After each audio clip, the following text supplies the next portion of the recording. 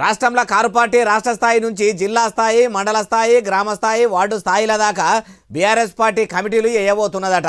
ఉదిక్కు దినానికింత రాష్ట్రంలో కనిపించకుండా car party పోతుందంటే ఇప్పుడు కమిటీలు చేసి ఏం కమాలు కడతారే బాలన్న అంటారా? ఏమో మాజీ మంత్రి కేటీఆర్ సార్ని అడుగుదాం పాండ్రి. అయ్యా కల్వకుంట్ల తారక రామారావు అలియస్ కేటీఆర్ సార్, ఇక చెప్పుర్రి మీ కమిటీల ముచ్చట. సరే, జిల్లా పరిషత్ ఎలక్షన్లు, మండల పరిషత్ ఎలక్షన్లు అవి వచ్చేటప్పుడు వస్తాయి, వాటిని కొట్లాడదాం. ఈ లోపల పెద్దలు కేసీఆర్ గారు కూడా మనకు ఒక బాధ్యత పెడతా ఉన్నారు. చేతులు గాలినాక ఆకులు పట్టుకున్నట్టు ఇప్పుడు ఏం బాధ్యతలు పెడుతున్నారు సారు?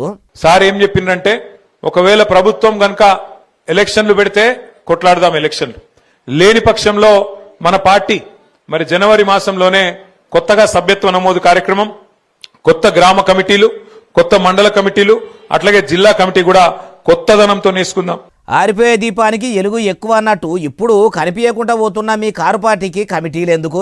మరి బీఆర్ఎస్ పార్టీలా ఎవలను కమిటీలకు తీసుకోబోతున్నారు? చాకు లాంటి పిల్లలు ఎంతో మంది ఉన్నారు, వాళ్ళందరినీ కూడా కలుపుకొని బ్రహ్మాండంగా కొత్త రక్తం అట్లాగే పాత తరం అందరినీ కలుపుకునే విధంగా మంచి బ్యాలెన్స్ తోని కొత్త కమిటీలు కూడా వేసుకుందాం జనవరి మాసంలో.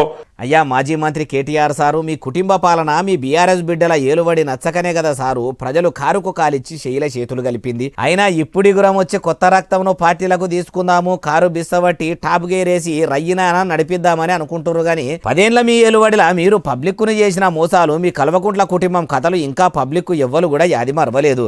నిజంగానే యువ రక్తాన్ని మీ బీఆర్ఎస్ పార్టీకి ఎక్కియాలనంటే ఆ పార్టీ పగ్గాలు మొత్తము మీ చేతులకెళ్ళి తీసేసి మొన్న గెలిచిన యువత చేతుల్లో పెట్టుండ్రి.